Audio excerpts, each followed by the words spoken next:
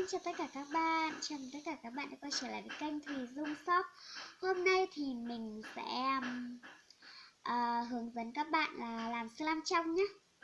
Slam trong thì làm cũng rất là dễ thôi, nhưng mà mình muốn làm slam trong để cho cái cốm cầu vồng hôm qua mình làm vào ấy, để thử trang trí xem là có giống cốm thật không nhé. Mình sẽ cho hạt cốm này xuống slam trong đi, thử xem nó có đẹp không. Ok thì chúng ta bắt đầu ngay thôi, let's go. Đầu tiên thì mình sẽ lau bàn. Bàn mình hơi bẩn một chút.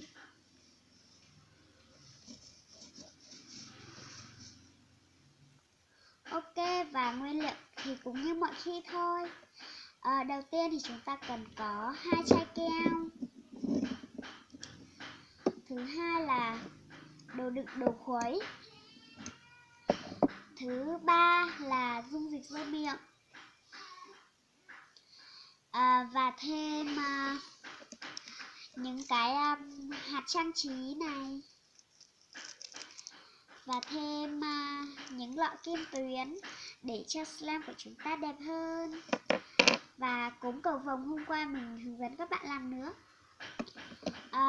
Và slam trong thì có thể trang trí nhiều thứ nha. Và mình đã chuẩn bị thêm mấy cái charm rất là đẹp luôn. Ok thì không nói nhiều nữa thì chúng ta bắt đầu ngay thôi. Ok thì mình đã chuẩn bị xong mọi thứ rồi. Và làm sorry các bạn nha. Và làm slam trong thì không cần màu nha. Và các bạn chuẩn bị cho mình thêm nước nhé. Ok, đây mình đã cho nước vào đây rồi. Và mình sẽ cho keo trong vào nha. Ok.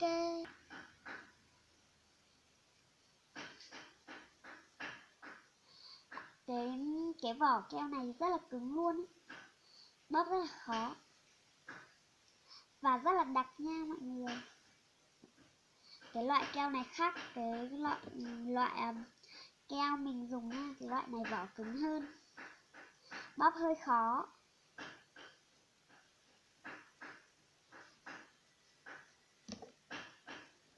Ok, và các bạn cho keo và các bạn sẽ khuấy lên nhé.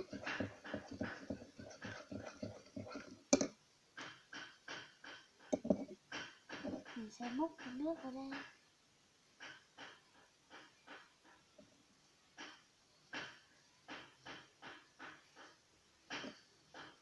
Mình sẽ bịt cái lỗ này vào và mình lắc cho nó ra hết keo.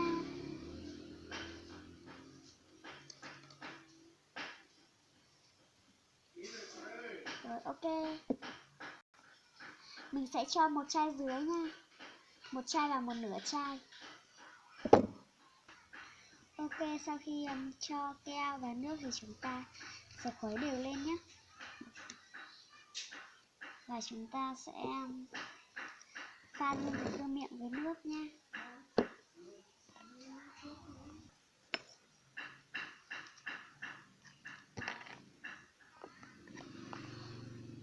Và bây giờ mình sẽ cho dung dịch rửa miệng.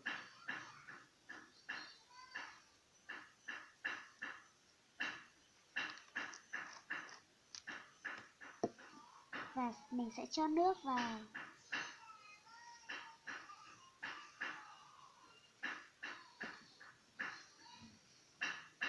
Và chúng ta sẽ cho vào đây nha.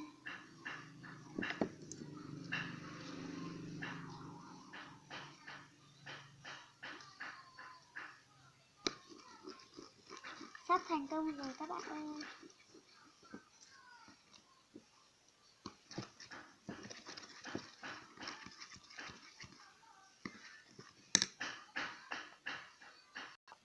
Ok, và các bạn cứ cho dung dịch rửa miệng đến khi slam thành công thì ok nha.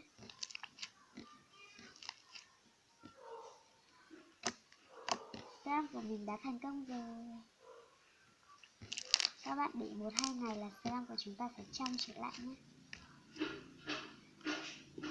Ok, và bây giờ thì mình sẽ cho hạt trang trí vào nha.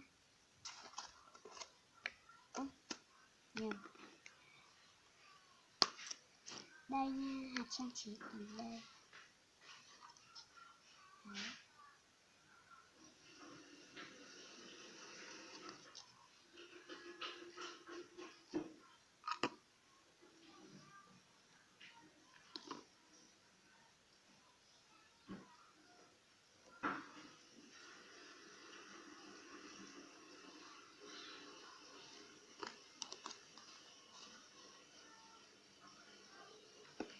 Chúng ta cho thêm trái tim.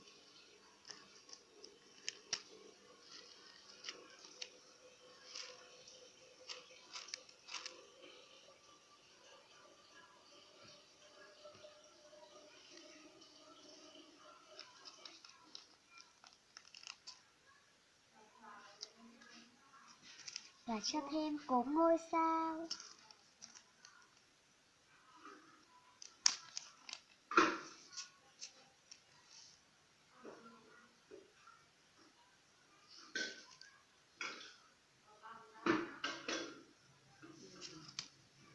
Đây rất là đẹp luôn nha.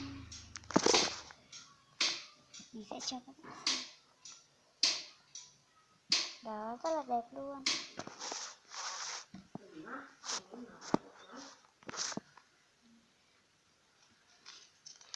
Và mình sẽ cho kim tuyến.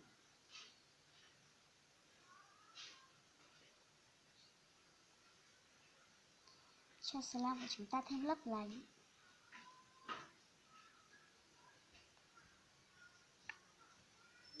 Đây nữa nha, màu xanh.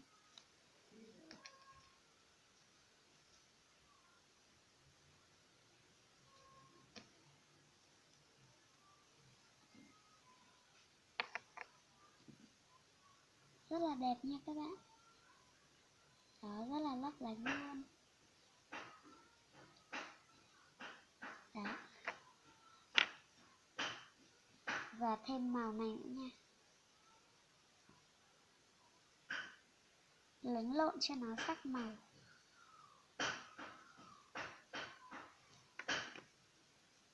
Màu xanh này rất là nổi nha. Và chúng ta phải trộn lên.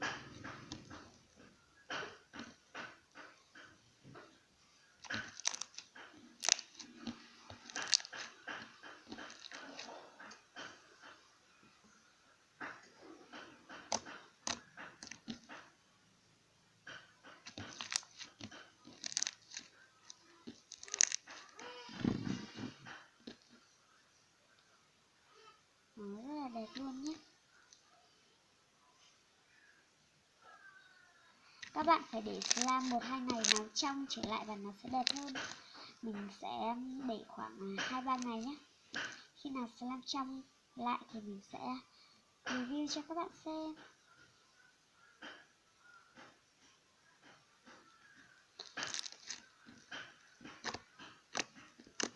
Rất là lấp lánh luôn.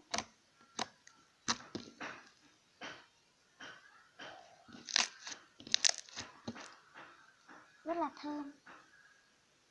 Thơm mùi kẹo. Mình đã cho thêm hương liệu vào nha. Đây là hương liệu của mình. Và bây giờ mình sẽ cho charm vào. Mình sẽ cho charm con gấu. Gấu gái nha. Đây là con gái.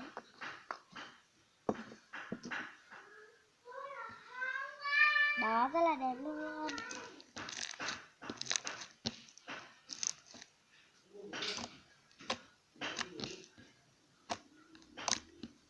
Đây là cái charm của mình nè.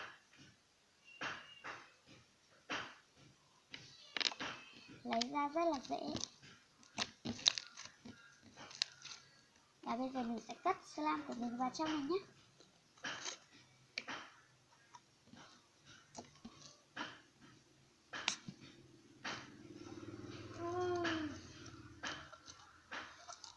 Ui, không được rồi. Mình quên. là cái hộp nhựa này rất là dính nha các bạn, mình quên, dính, rất là dính. Các bạn để slime 2-3 ngày các bạn nên làm slime hơi cứng nha. Thì đến 2-3 ngày hôm sau thì nó mới dẻo ra được và slime của chúng ta sẽ cực kỳ trong luôn.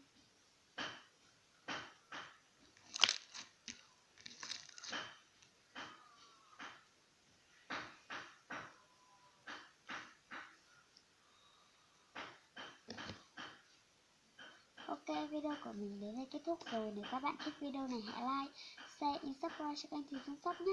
Hẹn gặp lại các bạn những video sau. Bye bye.